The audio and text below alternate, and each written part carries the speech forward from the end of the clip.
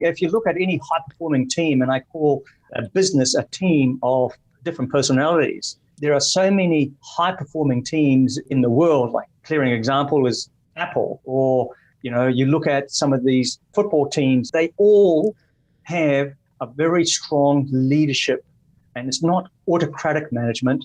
It's leadership whereby everyone is working towards a vision. The problem within an agency, everyone tends to be working towards their own vision. You're listening to Elevate, the official podcast of Elite Agent for real estate industry sales professionals, property managers and leaders. With thanks to our partner Connect Now, Elevate brings you the best tools, thinking and strategies to elevate your results. To get access to all of Elite Agent's premium resources, including a detailed episode guide for this podcast, visit joineliteagent.com. And for more information about how Connect Now can make moving easier on your clients, visit connectnow.com.au. Here is your host, Samantha McLean. Welcome to another episode of the Elevate podcast, where we delve into some of the most interesting minds in business and in real estate for the very best tips and strategies for you to implement to elevate your business. I'm Samantha McLean, editor of Elite Agent and host of today's show. My guest today is no stranger to Elite Agent. Pancho Mehrotra is an expert in the area of communication, influence, and the psychology of selling. He's in the magazine a lot. He's been on the podcast quite a few times, and over the years he's offered our listeners a wealth of great advice. So welcome back to the show, Pancho. Thank you very much for having me, Samantha. It's good to be here. Yeah, I was nearly going to say welcome back, Oprah, but... Well, yeah, thank you. I'm not sure how I should take that title. I was listening back to one of our previous episodes, and I think I referred to you as Elite Agent's own Oprah, solver of problems, solver of psychological type things. Yeah, well, I suppose the current environment, that kind of skill set can become quite important, I suppose. Yeah, it has.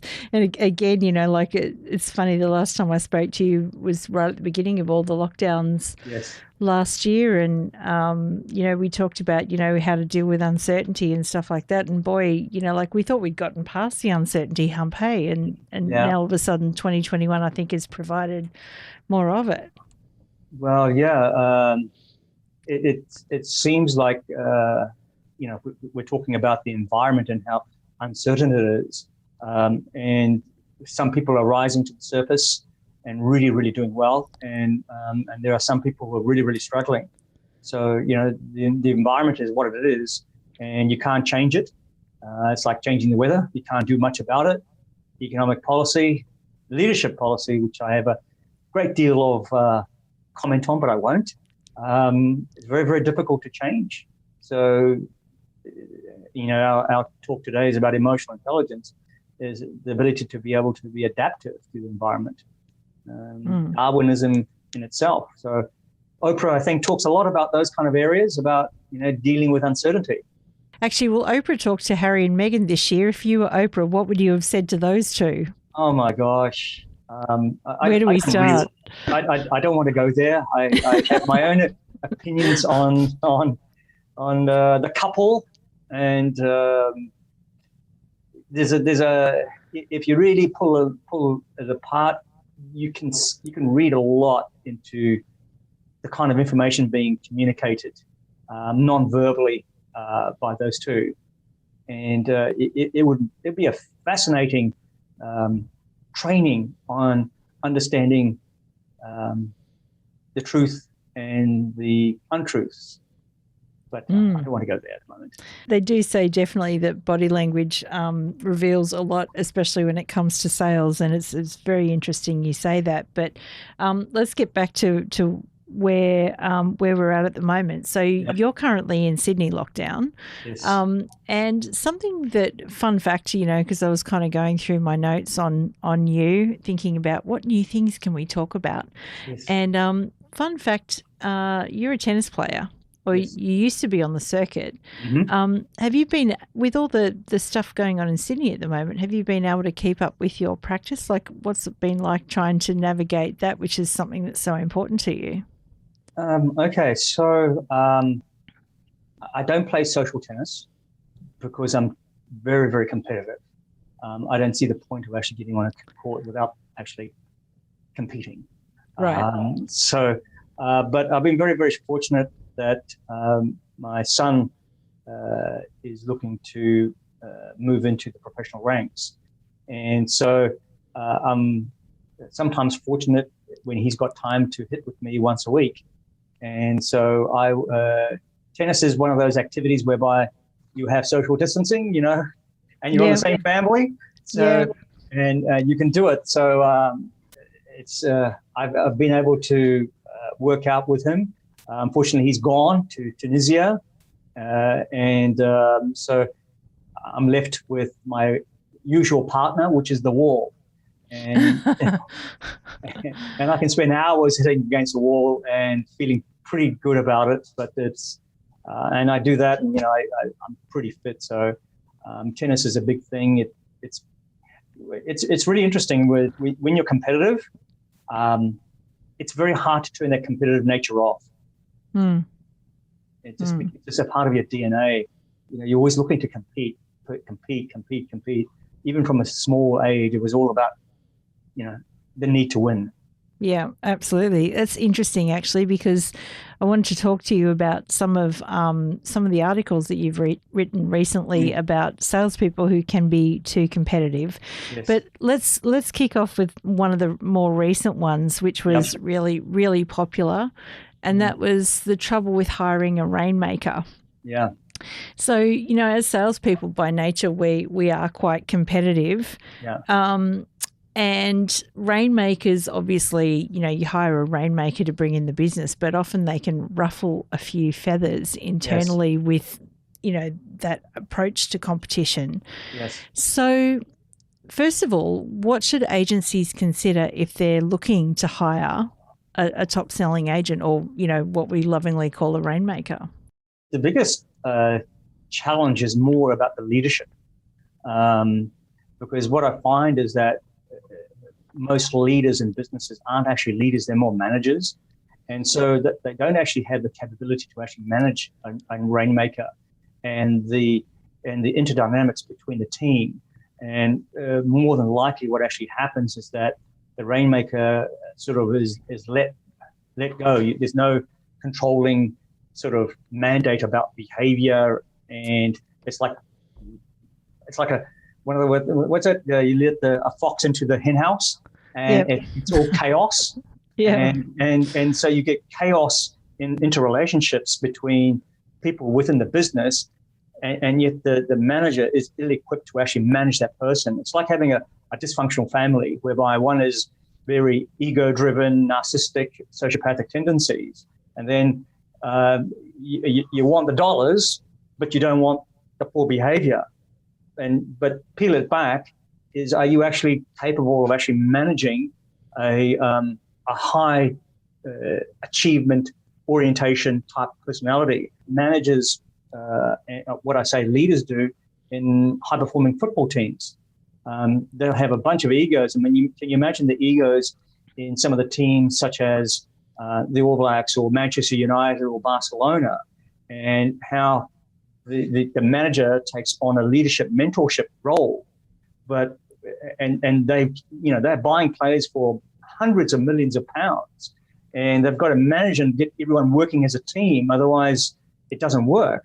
So I often find it's a sort of a damning indictment of the lack of leadership, and whereby it's just bring the numbers in, mate, and everything will be fine. But most of the time, when you have a rainmaker, it affects the morale in the business, the culture of the business, and most importantly, it affects people wanting to come into that business. And the principal's going, well, we've got such an attraction agent. Why aren't people knocking on my door to come in?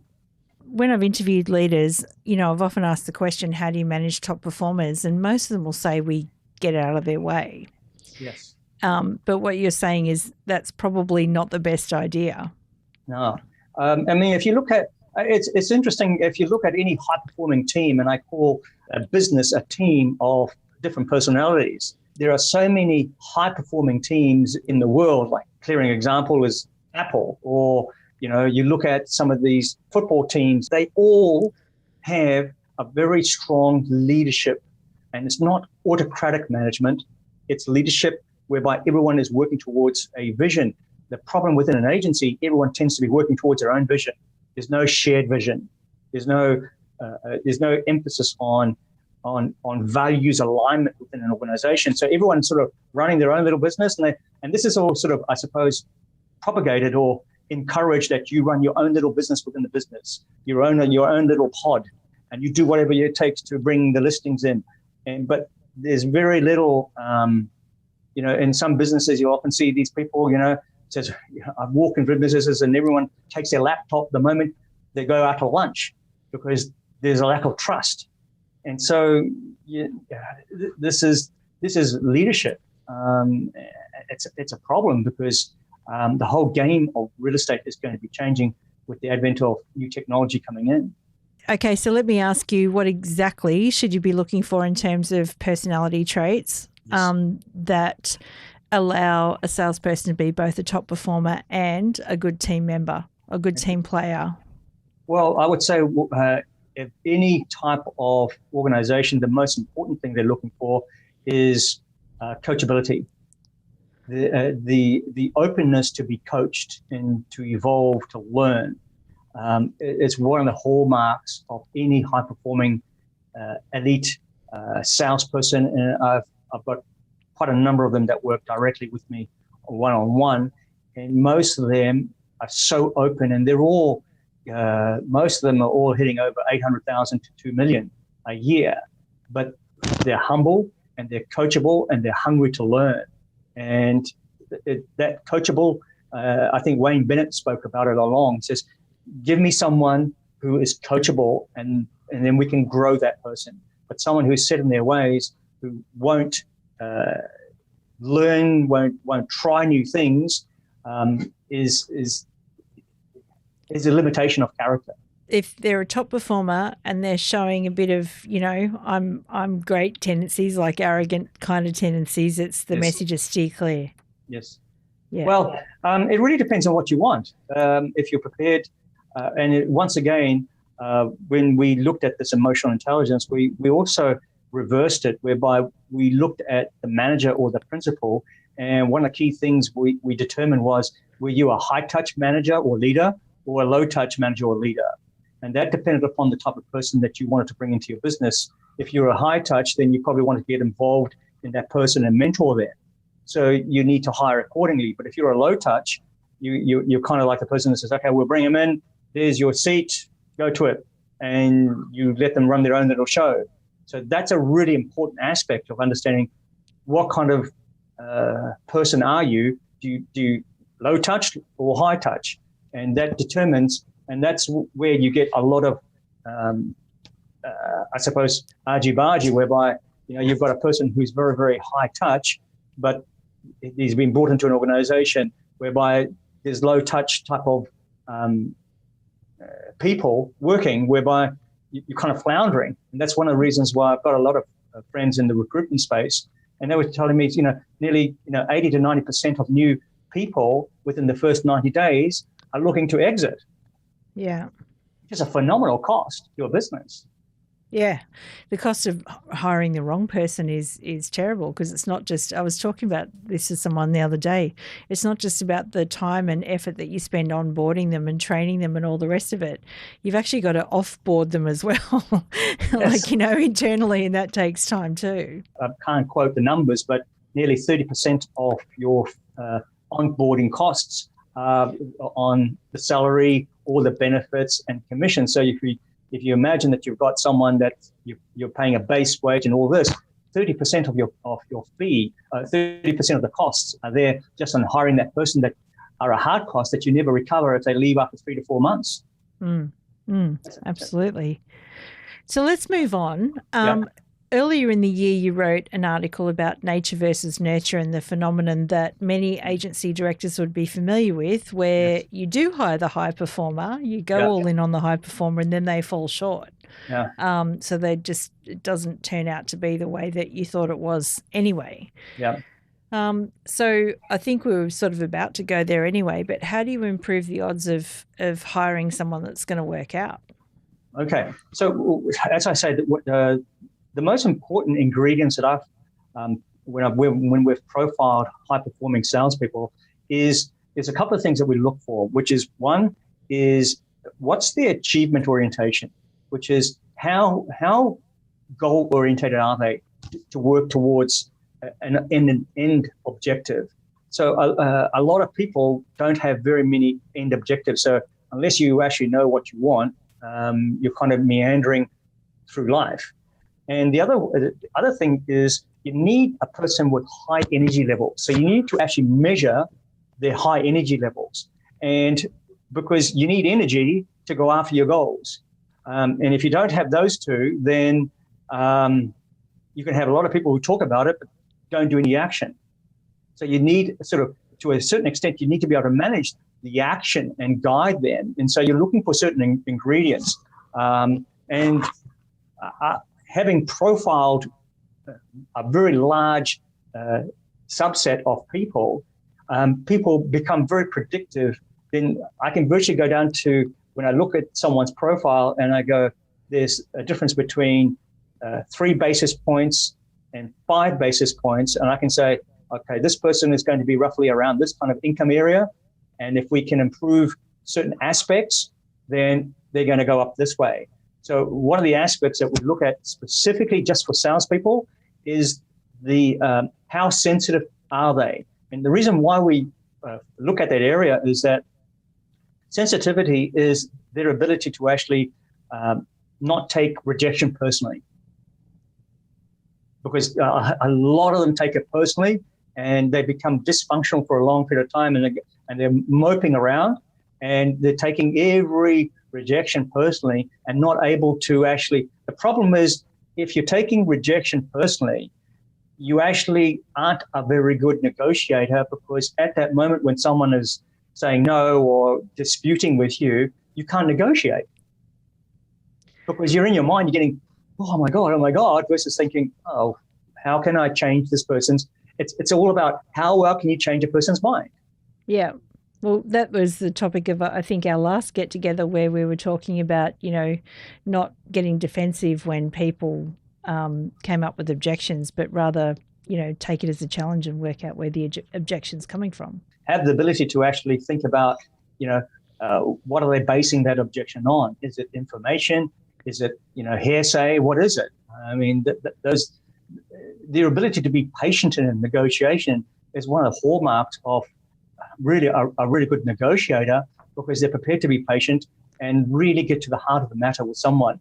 Now, if you have very high sensitivity and you're reacting to rejection, you're more likely to go into the attack versus trying to figure out where there's some middle ground and some common ground. Yeah. And so let's just say you've hired the top performer and they're doing pretty well with you. Mm-hmm. What are some tips to making sure that they don't leave? Well, one of the curious things that we've found with high performers is that they need to be continually challenged. They need to be developed. In fact, how you develop these people is different to, say, the run of the crowd type of the average. These people need to be challenged. They need continual growth. So no social tennis then? Probably not for a person like me. I've never really enjoyed social tennis. Everything for me has to have some form of purpose. So yes, with these people, they're especially the high performers. They're insanely driven. But when we look at these people, the one area that we really find it's really important to them is they need mentorship.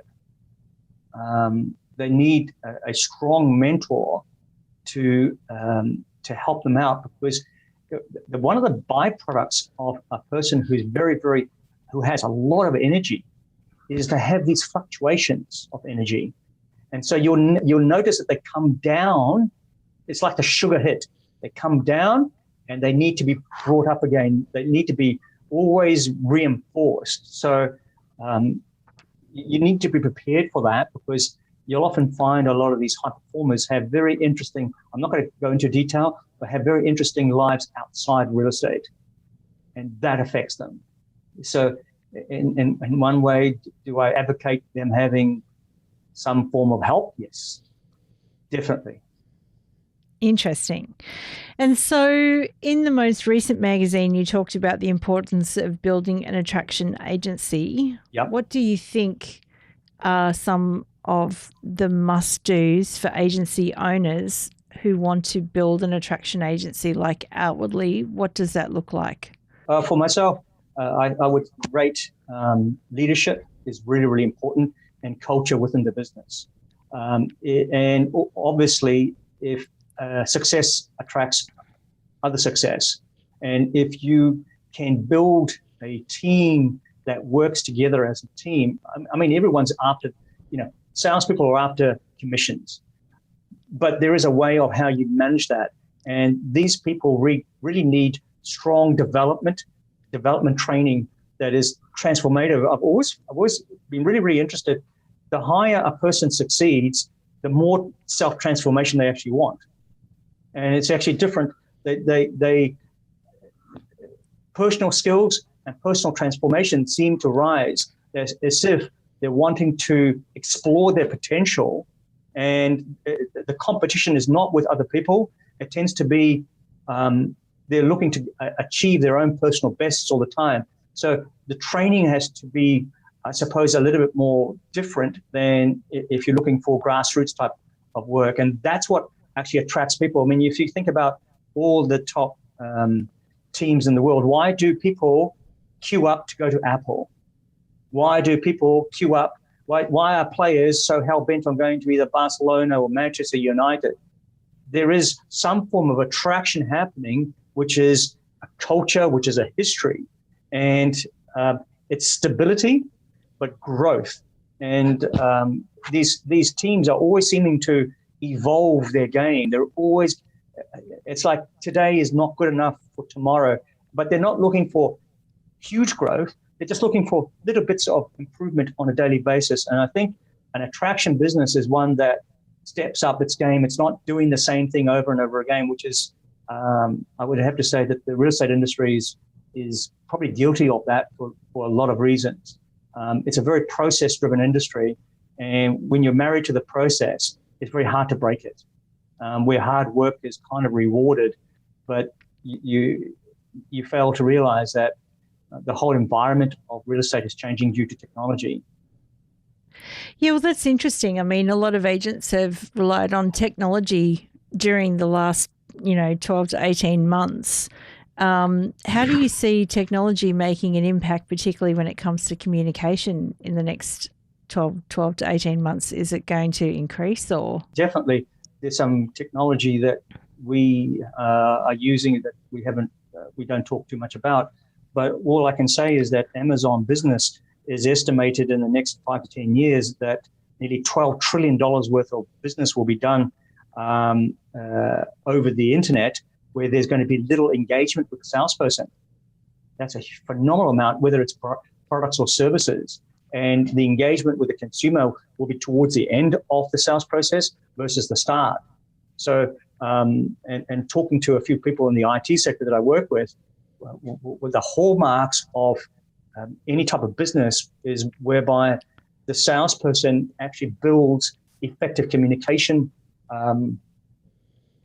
skills, the ability to build empathy, the ability to move away from what I call selling to serving. And why I'll say that is because here's an interesting side note, is the automotive industry is going through dramatic change at the present moment.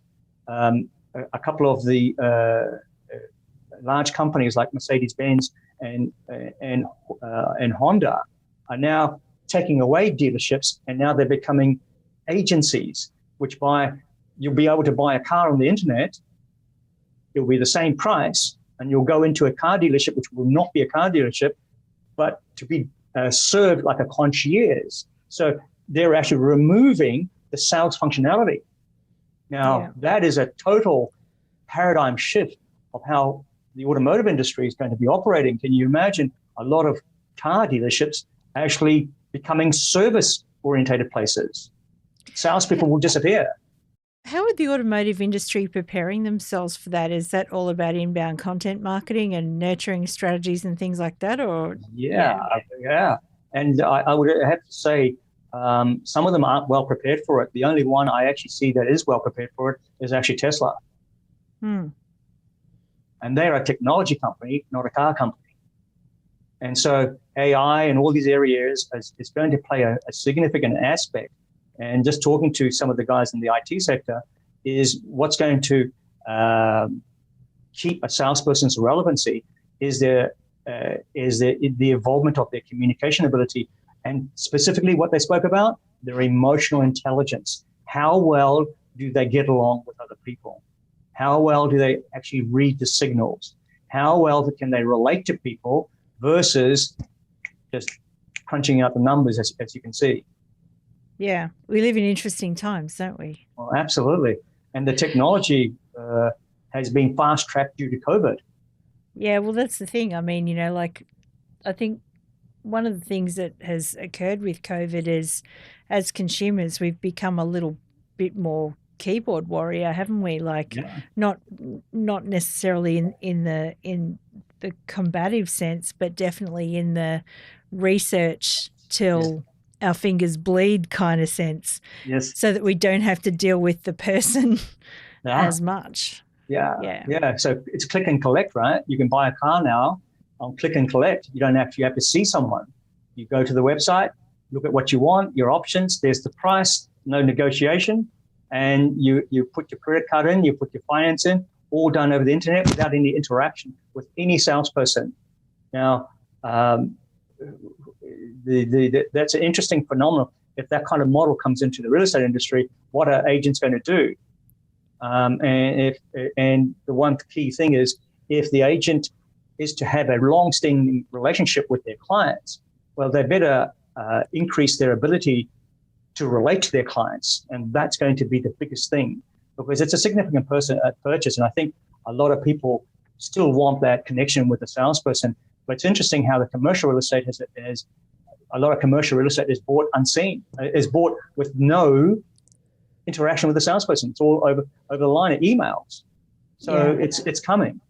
What is the number one skill for remaining relevant for a real estate agent in the future? I would say the ability to communicate effectively, to build long-term relationships with your clients, because an emotion is what creates a memory in people. As you know, when they talk about first impressions, if you are an empathetic salesperson, you understand how people feel, and you have your radar, your emotional intelligence is something that needs continual work. It's like going to the gym. If you stop going to the gym, you lose your fitness, you lose your muscle. Emotional intelligence is such a muscle that needs continual work. It's not something once you've got it that you've got it forever. That's IQ. And I think, I spoke about the aspects of emotional intelligence are empathy, resilience, restraint, rapport. You must have these and develop them. And that's, if we're talking about the hiring of salespeople, the most important thing that I would say when you're hiring a salesperson is, I would have to say two areas: empathy and resilience. Yeah, well, they're so essential in real estate, period, aren't they? Absolutely. Without it, if you don't have empathy, how can you understand what other people feel? Yeah. So last time we caught up, we talked about dealing with uncertainty, and the current market is still pretty uncertain, even with the guarantees of roadmaps. Well, the guarantee is there is no guarantee, right? Roadmaps out of lockdown and stuff.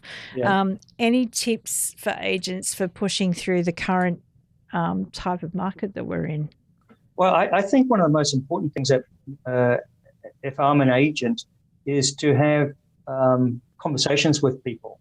It's really important that unless you're willing to engage in having effective communication with people, it's going to be very, very difficult to actually have no one's going to know you. And that's where social media comes in place. But your content has got to be refreshing. You've got to be contributing. You've got to become some form of thought leader in your area about something. Stand for something. And, you know, I see these people always putting their posts up of I've sold this, I've sold this, I've sold this. That's fine, but what else can you do? How can you contribute to someone's insight about property or purchasing? Something a little bit different. Yeah, absolutely. I couldn't agree with you more there. Yes. So, Pancho, it's been fantastic catching up with you as always, and we're going to leave a bunch of links in the show notes to some of the stuff that we've talked about today, including some of your articles and how you do the testing of employees and all of that sort of thing. But as you know from your many appearances on our show, there's one final question that I ask everyone, and that is, out of all the stuff that we've talked about today, if there was one piece of advice that you'd like to leave everyone with, or one final thought, what would that be? Life is all about progression. And it you know, when people say life is not an end destination, one of the key things that what COVID has taught us is that we need to continue to be looking to improve ourselves in whatever way we can.